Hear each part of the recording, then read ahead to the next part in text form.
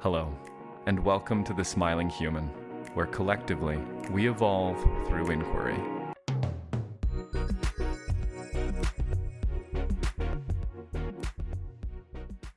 Hello, everyone. On today's episode of the Smiling Human podcast, I'm speaking with Mikaal Bates. Mikaal Bates' mission is to ignite, accelerate, and celebrate the conscious evolution of men and masculinity across this planet in our lifetime. He does so by helping to heal the divide between men and women by sharing and teaching on the lost arts of sacred union. His work includes professional coaching services, transmissions on embodied masculine leadership, sacred theater, rituals, and rites of passage, as well as various traditions of initiation and spiritual union. Our conversation covers a breadth from what it means to be initiated as a man, how we might explore those initiations, and how we can come to connect with greater meaning on our path towards maturing in the masculine. I hope you enjoy. Fantastic. Mikaal, thank you so much for being here. I'm very excited to dive into some topics. First off, the question I ask everybody at the start of the show is, what's the last thing that made you smile? Aside from this question, I just got a call from two of my co-collaborators, sort of co-business partners. These two amazing women that make up the team at Desire on Fire here in Austin, and we've just been doing amazing work together. They lead women's work. I'm working with one of their husbands to run a men's program with them, an initiatory men's program. Just had our retreat last weekend. And in addition, we do men's and women's work together. Really, one of my passions is helping to heal the battle of the sexes and demystify men and women to each other so that we can remember who we actually are to each other and put our weapons down. And so they just have such a way of bringing this sort of giggly, bubbly excitement that's both really young, but also at the same time mature and womanly. And so it's just one of them on their own. Their names are Ellie and Amy, by the way, Ellie Montgomery and Amy Batuski. Shout out to you, soul sisters. They on their own, they're a burst of sunshine, but together they're pretty infectious in a wonderful way. So yeah, that's a long answer to that question. It's delightful. I love it. Yeah, there's something deeply moving when you speak about that reconciliation between the sexes there. And, you know, when you follow that up with the appreciation and the note that it made you smile to have been in the presence of such a vivacious feminine energy, I definitely understand. Now, I can imagine, and maybe I'm wrong about this, but most of the other men that I've encountered who have done deep men's work or are facilitating this kind of space, particularly, people of our generation, it's something that has come a little bit later in life. And so I'm sort of curious, I'd love to know, Mikaal, how is it that you came to start this journey of men's work and to start offering as you do? Yeah, man. Well, I'll start by saying one of the elders in men's work in the Western canon, James Hillman, famously said that if a man's initiation isn't brought to him, life will bring the initiation to him. And life is usually a bit less, I don't know if caring and kind is the right word, but it comes when you're least expecting it, let's say. There's an old idea that if you don't hunt the dragon hunts you. And so there's something about the utility as men of going on the quest rather than passively waiting for the quest to come to us. And that's a remarkable question, Oak. I love that you asked this because, part of the pain and why I've come into this work is that no one initiated me. My father did not come and help create the separation between me and my mother energetically and archetypally so that I could move from my mother's house to my father's house and then leave my father's house and move into the mentor's house, a la Obi-Wan Kenobi style, and then go into the world as my own distinct man.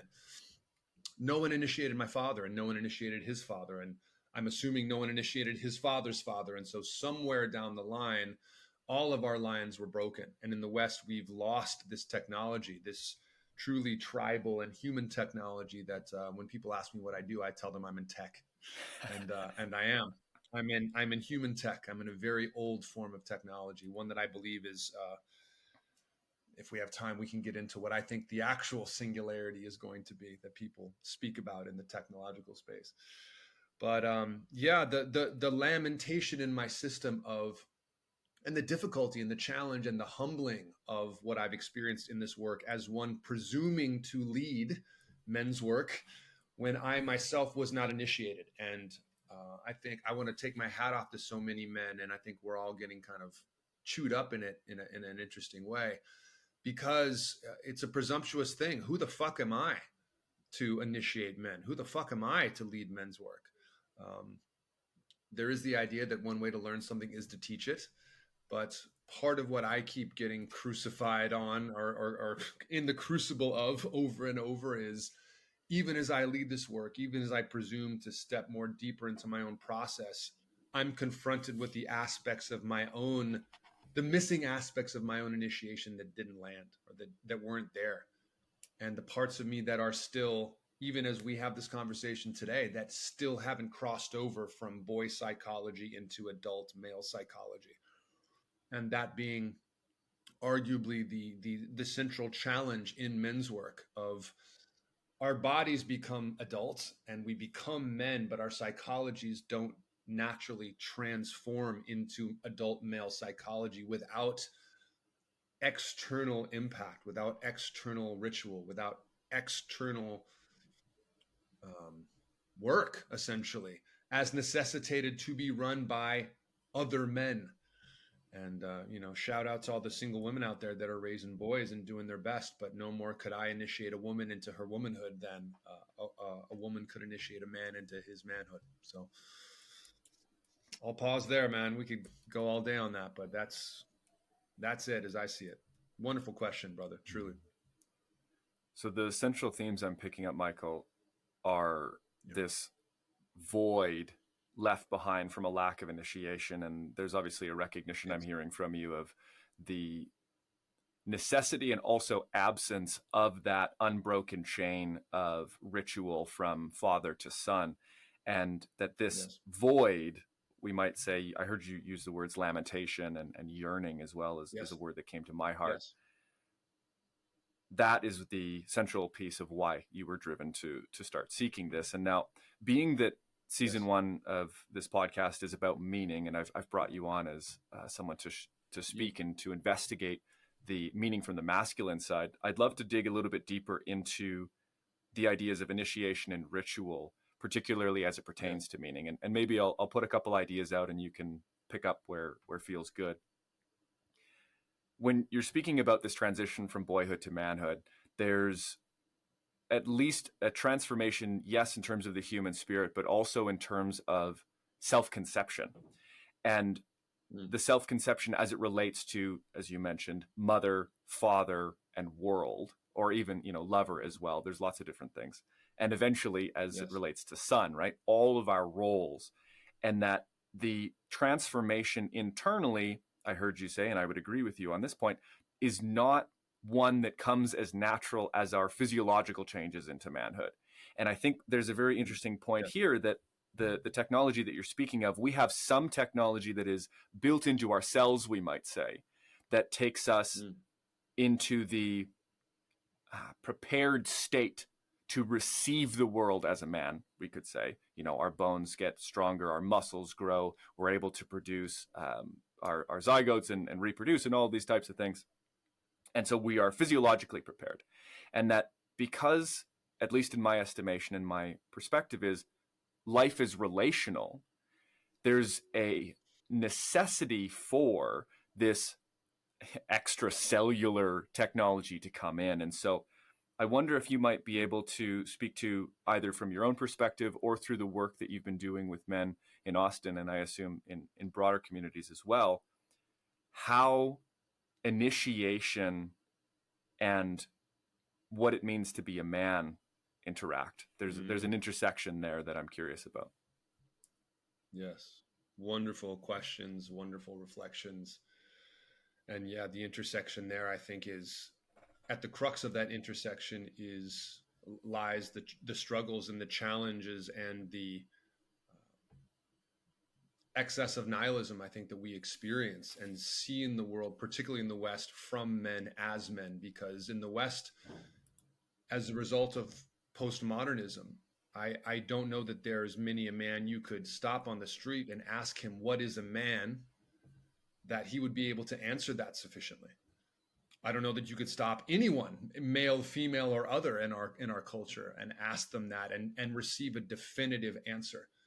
And while postmodernism has its trappings, like any movement or philosophy, it has its blessing as well. And considering these things that we've taken for granted for such a long time is an important thing. But I think part of the struggle that I see with men, in lieu of the overt absence of these ritual initiations, is a deep, deep sense of that nihilism, meaninglessness, men dropping out of life, of culture, of universities, the upswing into the active component that we've seen from women and the feminine as a result of feminism and other movements, and the shifting down into more passivity, self-exploration, explorations of sensitivity and vulnerability, all of which I think are necessary, by the way.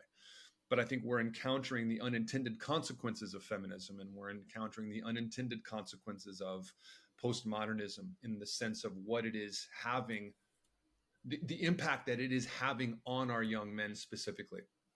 And so looking to the cultural records, to the anthropological records, to the work of men from Joseph Campbell to Mircea Eliade, to these men that have gone the world over and studied the cultures of planet Earth, this is always the thing that brings me back to hope, and always the thing that brings me back to, as human beings, we are going to fucking make it, because there are such exquisite universalities that we as human beings share cross-culturally across this planet.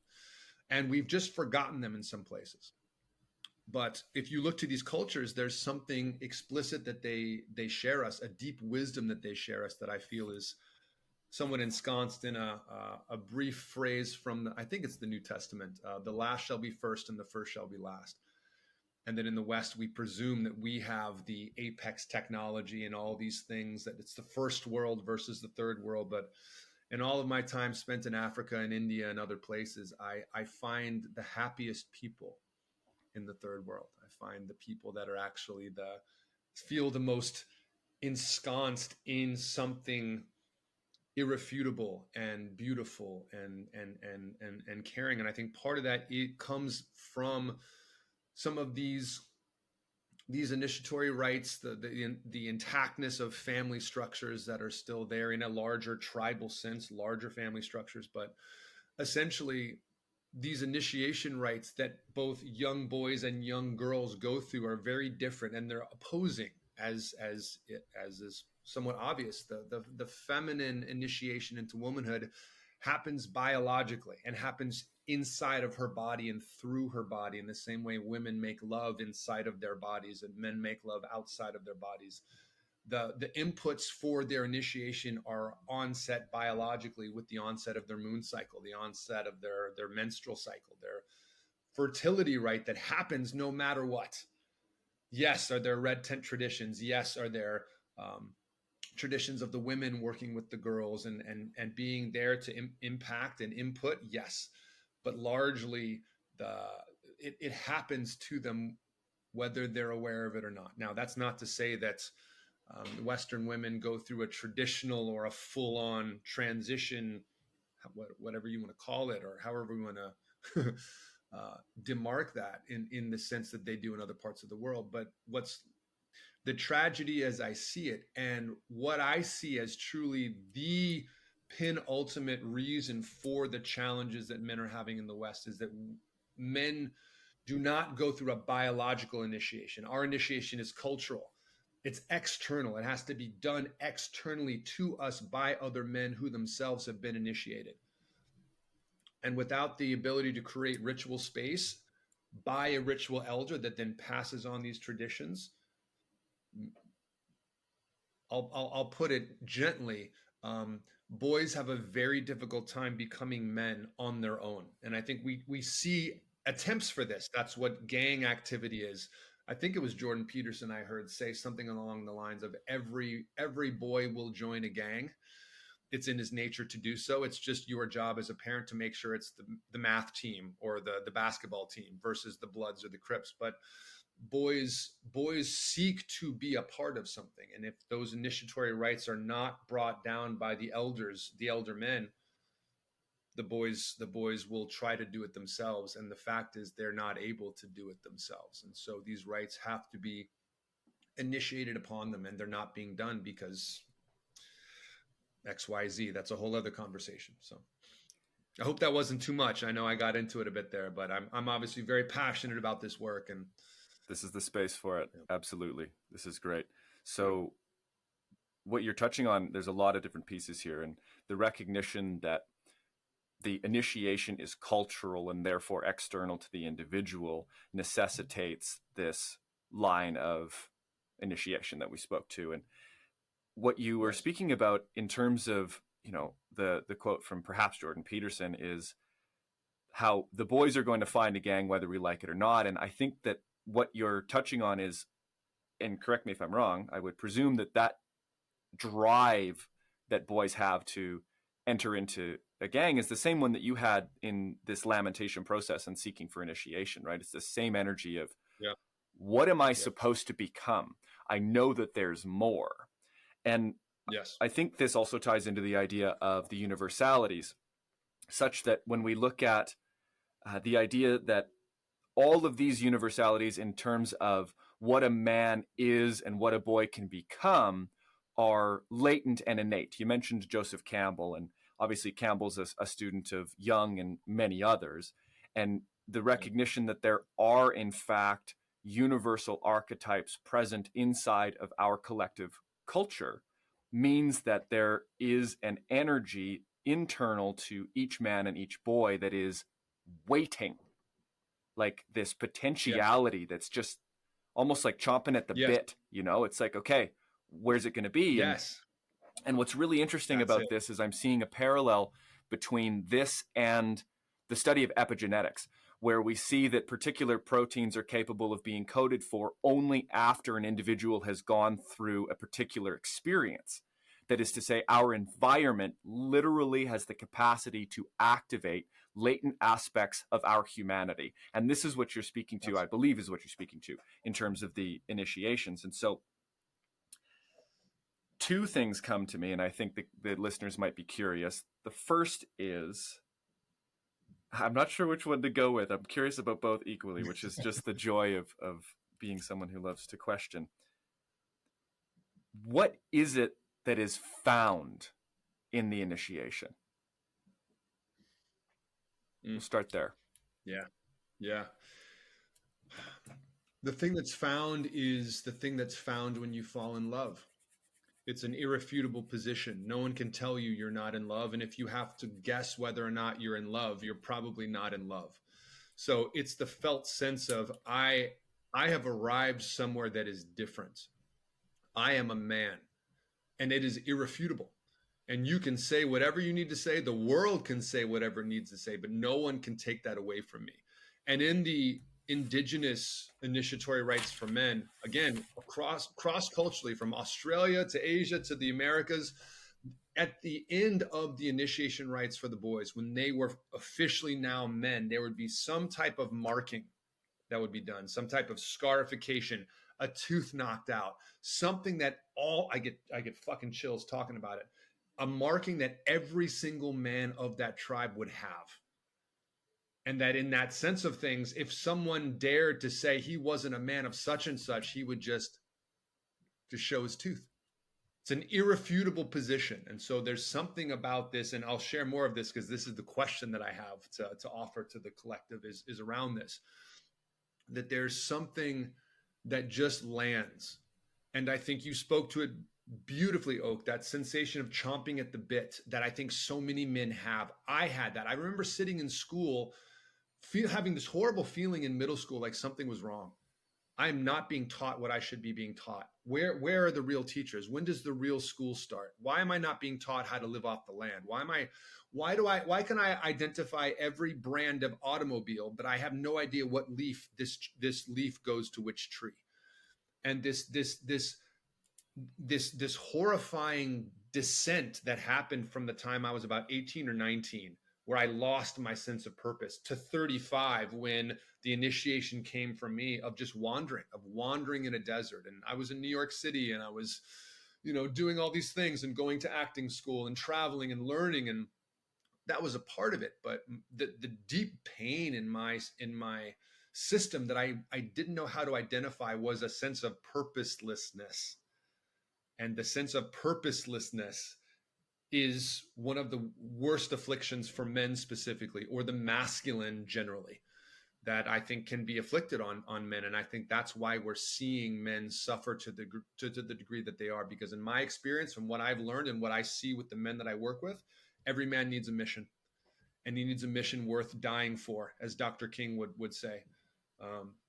And so when you give a man that, and you see a man wake up to that, it's like watching someone resurrect from the dead. It's like if from Lord of the Rings, if you remember that scene where Gandalf comes and casts the dark wizard out of King Theoden, and he has this moment of like being old and decrepit, and suddenly the life comes back into his face and he's revivified.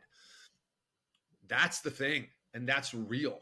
That is absolutely real. And it's something that I see happen in men, where it is a thing you arrive at.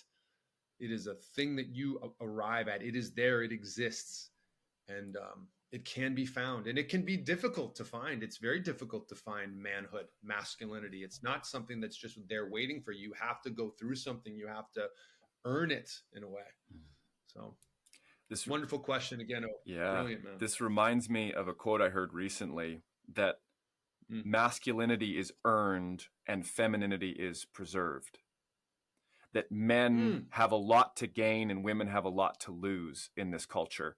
And when you're speaking about this initiation process and this arrival, this irrefutable peace that comes when we have stepped beyond the threshold between boyhood and manhood, that's what has awakened for me, is this idea of there is something to gain. And this makes a lot of sense when we look at the biological mirroring that you're speaking to, in terms of how even in the form of genitalia, the masculine is external, right? There is an outside element to this yang principle, and therefore masculinity is to be found outside, but also inside. And it's an interesting piece, right? This is the anima animus, the yin yang. There's the internal and external for both of it. And one of the pieces that came to my mind, and this is not so much a question, but sort of a revelation that came while listening, is that this mark, it's interesting because it's something that's taken, is what you mentioned, right? It's like you're scarring. We are taking away the purity and the innocence. We're taking a tooth away. We're taking away something from your body as it was given to you by your mother, and adding something new. And this piece, it's almost like, honestly, I can't find the word exactly, so I'm going to skirt around it with a few of them. There's a clear sense of purpose that's defined in relationship to other men and community having passed this threshold. And on top of this clear sense of purpose is the target, so to say. The role may be a word for it. But what was revealed to me while I was listening to you, Michael, is that the fact that this clear sense of purpose and aim comes by the hands and hearts and minds of other men, those men are granting that man something. And it's almost like, yes, okay, I know I'm a man. I've had my initiation. I feel empowered, but only because I've been welcomed in and recognized by the others. And this recognition process, it's like, without that recognition, and this is really fascinating, without that recognition, what is a man? Without his brothers, what is a man? Without his fathers, what is a man? And that's a really crucial piece, because in a conversation I had with Dolph and Casper, not on this podcast, but in last year, we spoke about how historically, because of the wars that have happened, we have a broken line of fathers. And therefore, so many boys have been raised exclusively by women. And therefore, like we're saying, have lost the understanding of where to find their manhood and what exactly it means. Now, that was a lot, but I want to tie this into purposelessness, because you mentioned nihilism and you mentioned these pieces. My heart resonates deeply with men's work. I've been doing men's work both in sort of participating and also facilitating for a number of years. Most recently, been working with a man named Wesley Job. Shout out Wesley, love you big time. He and I do somatic experiencing and breathwork events to explore the masculine. And so that is a very simple and clear way we could say that someone could investigate this. But for the brothers listening here who feel this chomping at the bit, who are curious and I might even say plagued by this void and lamentation for something greater, where can they start?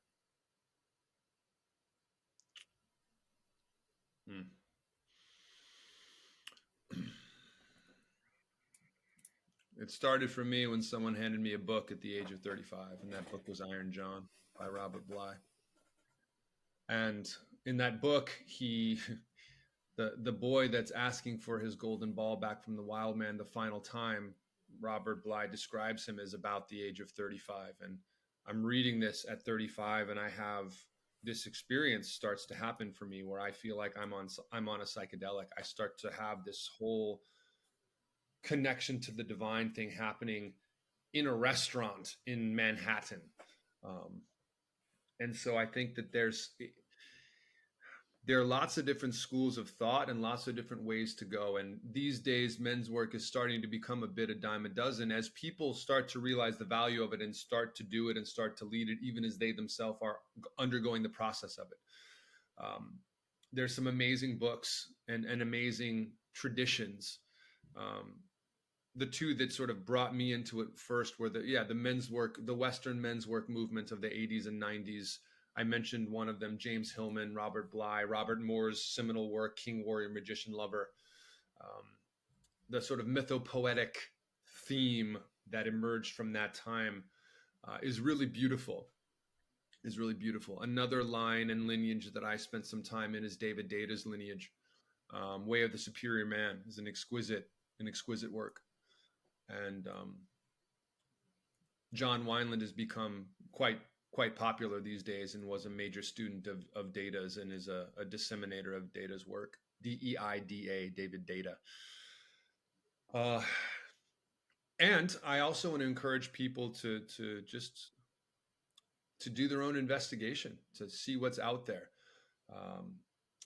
My co-collaborators here in a program that we run called the King's Code, we just had our initiatory weekend for our men's collective this last weekend here in Austin, 24 men that we brought through. And we're deeply connected to a ritual elder in Botswana who is a Sangorma in that tradition. So we're connected directly to a lineage, an old lineage.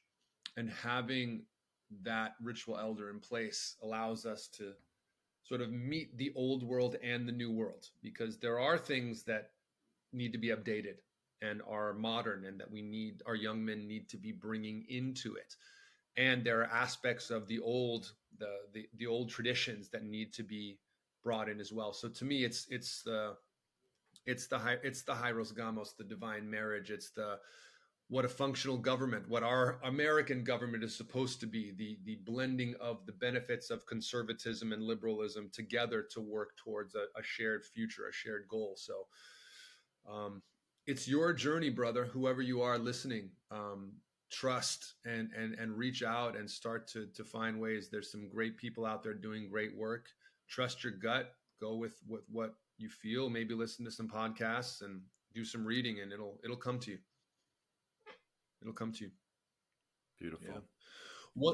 one way too that I think that you as men out there listening can start to train for it is, we mentioned the scarification that tends to happen, and um, that scarification and that pain and that discomfort is meant to mirror the monthly discomfort that our sisters out there go through every month, the way that spirit comes to their body, or however you want to think about it, their biology happens to their body, and they go through the menstrual cycle and the pain and the descent and the difficulty and all of the emotional changes that happen in their system. As men, one of the universalities in the rites of passage and in the men's work is training in discomfort and learning to deepen your capacity to be with discomfort, to match the feminine's meeting of that discomfort biologically so that we can meet it culturally. You mentioned all the men that have been killed in wars. Yeah, there's so much that we men have gone through, and I always bristle when I hear people talk about patriarchy or talk about these ideas, these generalized concepts of the negative aspects of masculinity impacting women and only women. I mean, men have suffered maybe more, I could argue, than women at the hands of the unconscious aspects of masculinity. Men have been dying on battlefields for thousands of years in the most horrendous ways imaginable to preserve families and traditions and all these types of things. And the Industrial Revolution is another thing that really took men away from their families and away from themselves in a big way. I'll pause there, man. That feels like a good place to pause. It sounds like a great place to take a short break, and we'll come back with the second half of our show. Thanks, Michael. As the first half of our show sets in, I wanted to thank you for listening to the Smiling Human podcast. This show would not be possible without the support of listeners like you. Liking and following on YouTube, sharing with a friend, or following on your local podcast app are all easy and simple ways that you can support this show and help it grow into the future. If you do want to support this show directly, you can consider becoming a patron at patreon.com/thesmilinghuman. Patrons get perks like early access to all episodes, behind-the-scenes content, and access to live Q&As with me. If this feels within your means, then please consider becoming a patron. Now let's get back to the show. Fantastic. Well, Michael, I think it's about time we dive into the question of the week. And for new listeners, this is the section where I invite the guest to bring an inquiry or question, something meaningful to them to share with the audience. And I don't know what it is beforehand, so it's something I enjoy quite a lot. So, Michael, what do you have for us? Yeah, there's different versions of this question that I've worked with, but I wanted to share one that was specifically articulated by the man that I mentioned on this show earlier, the man who's been serving as our ritual elder for our King's Code program that I'm running with Rob Montgomery and Mark Botten. Shout out to you boys, and to you boys, to you men, to you men, yes, men, definitely men. Most important thing about men's work must be taken very seriously all the time. Yes, very serious business. But yeah, one of Rob's mentors is a man by the name of Neil Campbell, and I truly hope it's all right to shout you out, Neil, with this. But the way he articulated this question that I'm about to share is just really, really beautiful and very confronting for a lot of us in the West.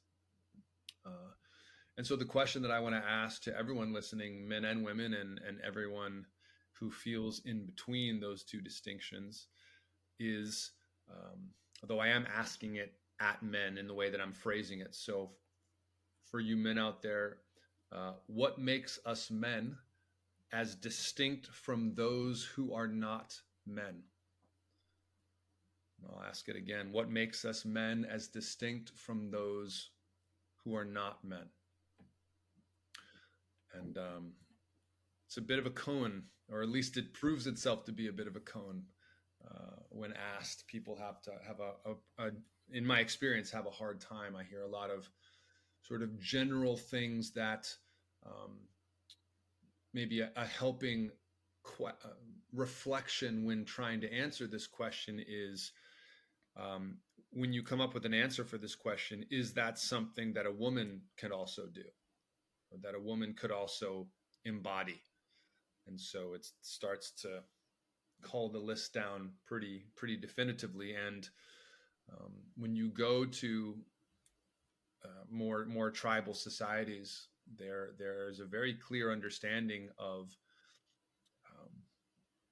gender roles, but not in the way that gender roles are articulated in the West, specifically on the back end of feminism as somehow bad things. And so I'm curious how that question lands for you, Oak.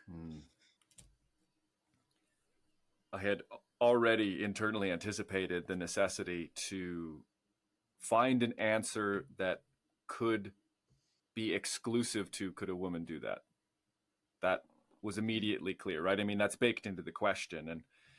And so the first thing that came to my mind would be the biological answer, which is to say I produce sperm, I have testicles and a penis. Yes. That's yes. one fundamental thing that makes me a man. And as a result of that, I thought, okay, well, what can I carry out from that? I can become a father. Mm-hmm. And I think that that's a really key piece. A thing that makes me a man is the fact that I am a man in relation to others. And we spoke about this earlier. So the fact that I am a son, because I am male, whatever that role is, the fact that I will be a father, whatever that role is, and a brother as well, to both men and women, to brothers and sisters. That's about as far as I got in terms of things that could be done. Because when I think about it, you know, even in what I was reading, where was I reading this? I read a lot of books all at once, which is great for my own growth, but not great for citing. I think it might have been in Charles Eisenstein's The More Beautiful World Our Hearts Know Is Possible. And he was speaking about how the perspective on roles, and you brought this up before, in terms of what men are supposed to do and what women are supposed to do, these sort of traditional Western, I say traditional, but I mean Western when I say that, that insofar as it relates to parenting, we see cultures across the board where these actually shift rather mutably, that it is the men who are maybe in a more nurturing role than the women in some circumstances, or vice versa, and that there isn't actually a codified, hard and fast rule around who parents how. But that they parent is 100% entirely necessary. And so that tells me that there is an expectancy in the human animal for this male parental figure, the paternal energy.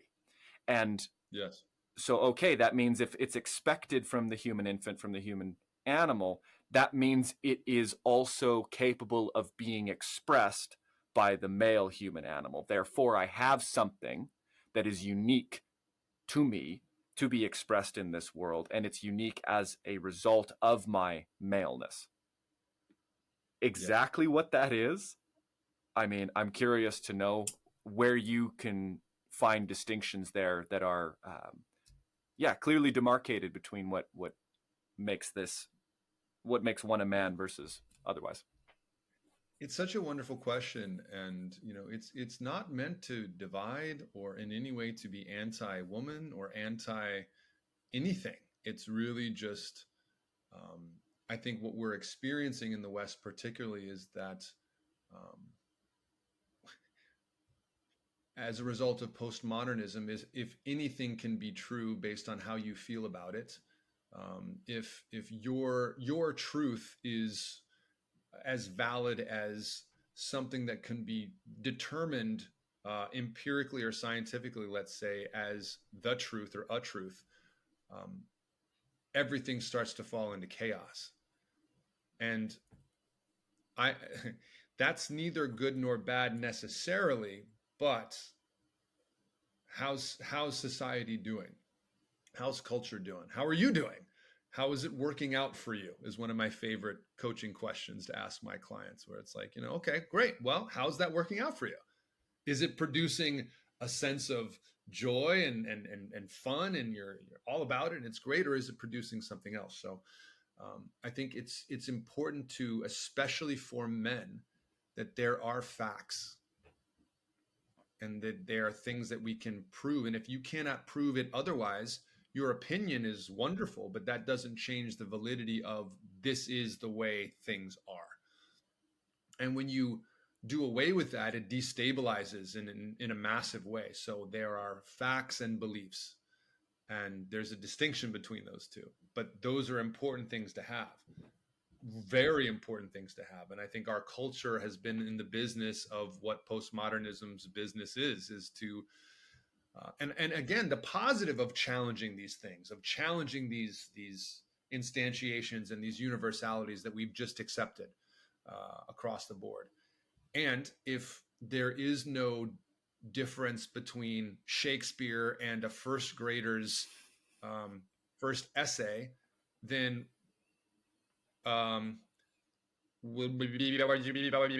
it's like that's the result of that. So I think it's what I'm starting to see is the ram has touched the wall, and we're starting to come back from this exploration of, whoa, that's out there. And so what I love about this question is, yes, the biological irrefutable realities of I have a cock between my legs and I can father children, and starting there, and then starting to explore things that are maybe more could be defined more as masculine or feminine, meaning that they tend to be most of the time things that men do or think or feel, and things that women do think or feel generally or most of the time, but not always.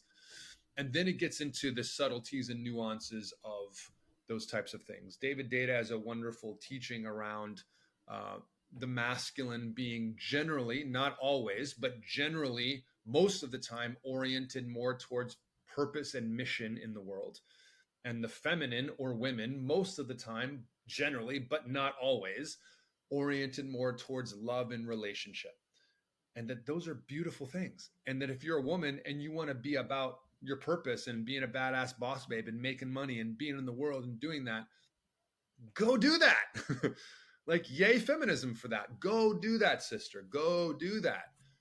And at the end of the day, how is that working out for you? Is that if it's feeling good, if it's feeling correct, there's no problem. Do that.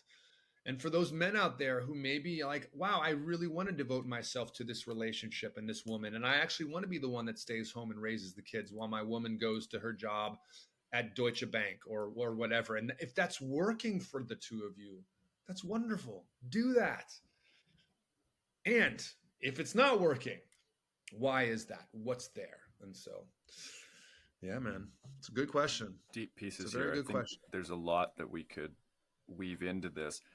One thing I might propose just as an idea, and we may not have enough space to dive entirely into it, is that I can go all the way to 30 minutes past the hour if we need to. Roger that. So, Roger that. Yeah.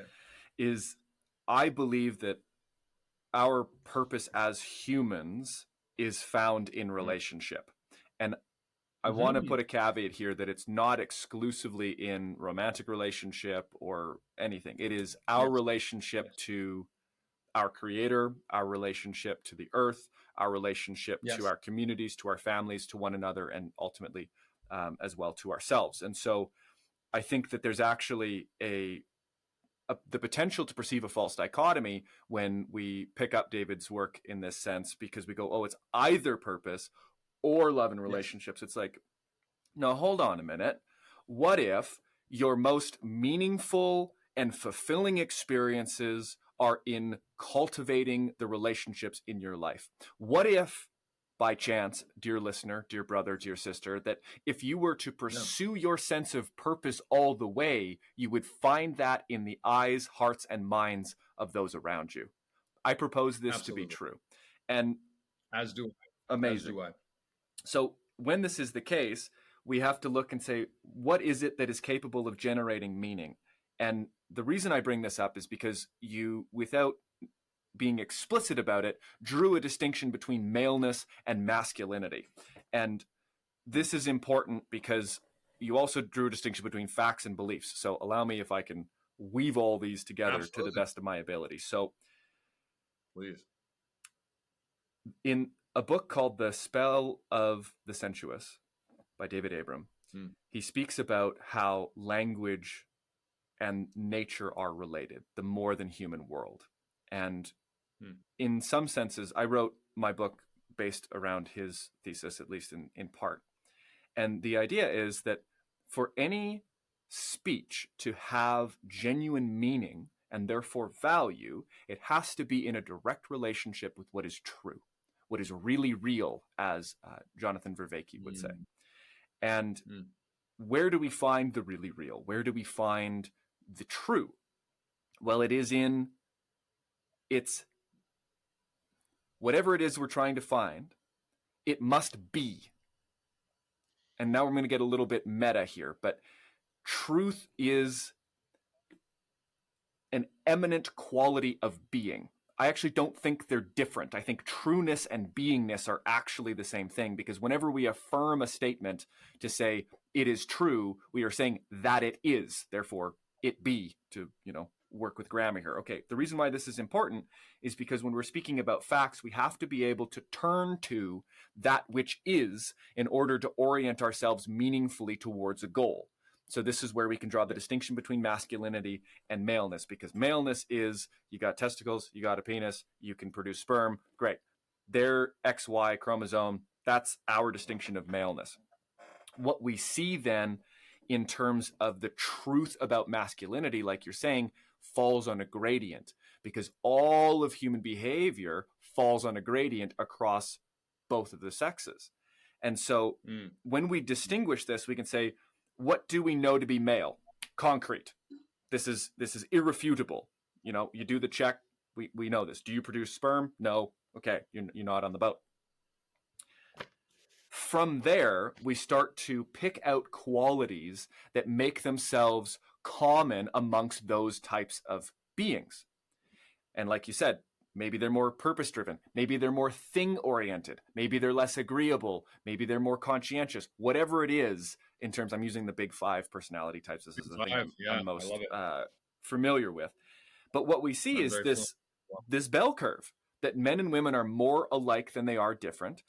But when you move to the extremes, and this is important, the men will be more aggressive, less agreeable, more oriented towards ideas, more oriented towards the intellect. Women will be more oriented towards compassion, to relationships, to empathy, and to beauty. Okay, that's at the extremes. Amazing. Why are the extremes important? Well, it's in the extreme differences that we actually find the distinction of male and female, and masculine and feminine. Just like if I look at a woman who doesn't have her clothes on, I go, that's an extreme difference. You don't have what I have. It's not even remotely similar in terms of its form. And that's important because the polarity is what allows us to orient our inner inner discovery as men. This is what I believe. When we get too caught up in the blurriness of what maleness is or masculinity is, we end up saying, oh, well, every direction is right. Not if you have a real aim. Are you kidding me? It's like, okay, I want to make a chocolate cake. Any ingredient will work. No. Yeah. Not true. Wrong. What do you mean? Pork in your chocolate cake wouldn't work? I mean, no, it wouldn't. One, I don't eat pork, and two, you would just ruin my cake. So anyways, so this postmodern piece is really important, because I want to bring this back to something that's applicable in terms of the men who are looking to orient themselves towards their own purpose. Yeah. Relying on facts is important, not at the expense of emotions and relationships. Because one thing that we see with polarity is that it needs to be tempered and it needs to be informed by its equal opposite. That when we lean so heavily into what is male and masculine at the expense of the feminine, what I have seen, both in my own experience as well as in the men that I've worked with, is that there is this ossification into order. These are the facts. This is how it has to be. It cannot change, which is like you spoke to, I think in the break, maybe the listeners didn't hear it, but the balance between conservatism and liberalism. It's this force that holds back and this force that expands. Both of these need to be there. We need to know what to hold. These are our traditions, our values, our orientation, and our responsibilities, and what to let go of, and when to let go. And I think that that's a really key piece that is not so clear, I think, to many. It was not really clear to me, but what I found is that just as truth is found in the beingness of something, beingness is no different than the present moment. And so one of the pieces that I've advised or coached or offered, encouraged, invited the men that I work with into is your masculinity develops as your present moment awareness develops. Say that again. Your masculinity develops as your present moment awareness develops. You're not a man in the future. You're not a man in the past. You have to be a man here.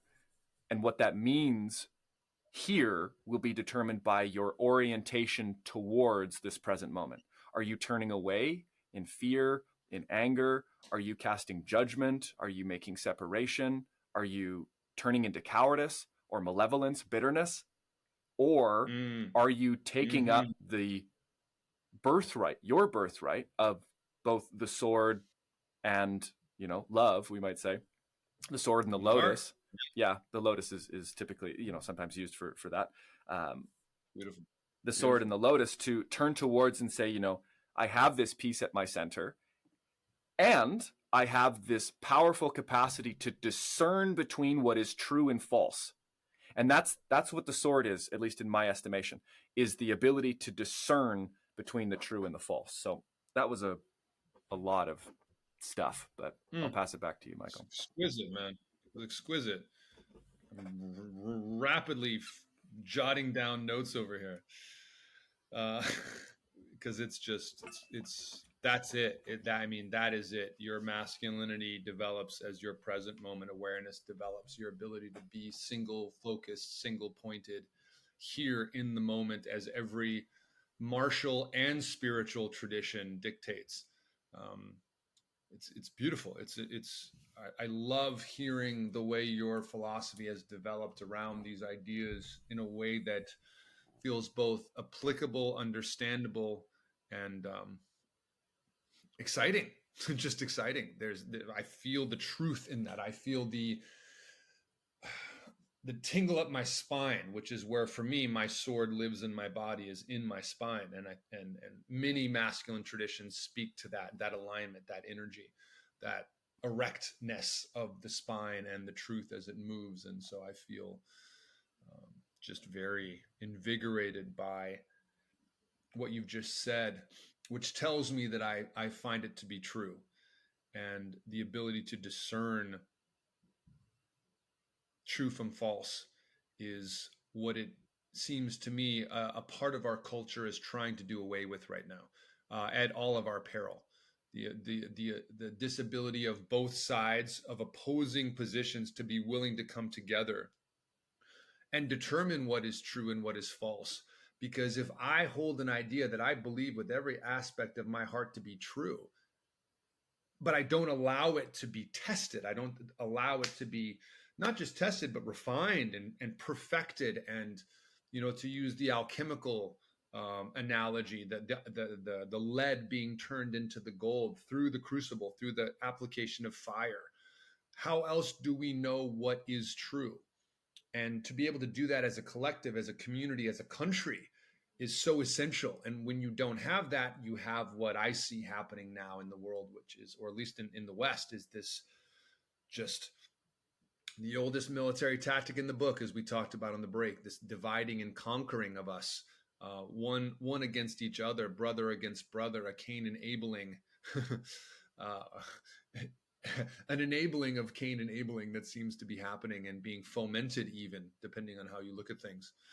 And but at the same time, what a gift to be able to uh, come together as men to call these things as we see them. I'm want to give a shout out to another brother who I've had on my podcast recently, a man that works with sacred tobacco and who held me in a 7-day fast that I went on in the wilderness in February of this year, 2024.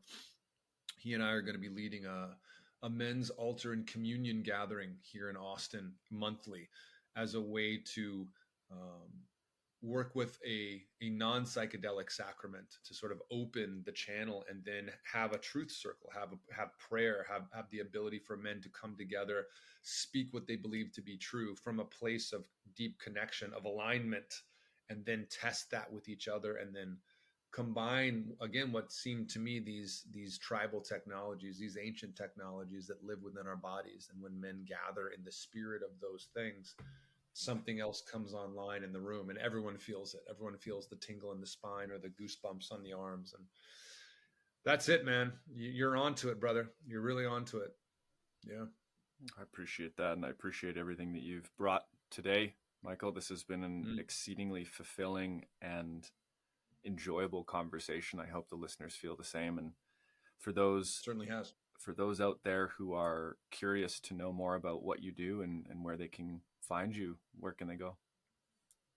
Absolutely. My website's the best place to go. It's www.mikaalbates.com, but it's spelled a little uniquely. It's Mikaal, B as in boy, ATES. And yeah, my mission here in the world is twofold. I'm here to accelerate and celebrate the evolution of men, healthy masculinity and masculine consciousness across this planet in our lifetime.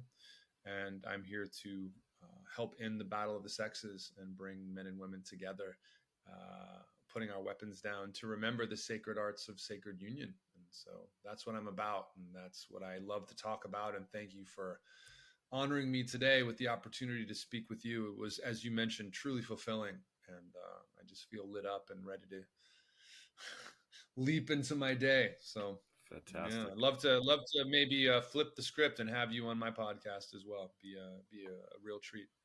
It'd be a great honor. Happy to. Thanks for listening to this episode of the Smiling Human podcast. If you enjoyed it, please consider liking and subscribing on YouTube or giving a follow on your local podcast app. I know I said it in the mid-roll, but I'll say it again.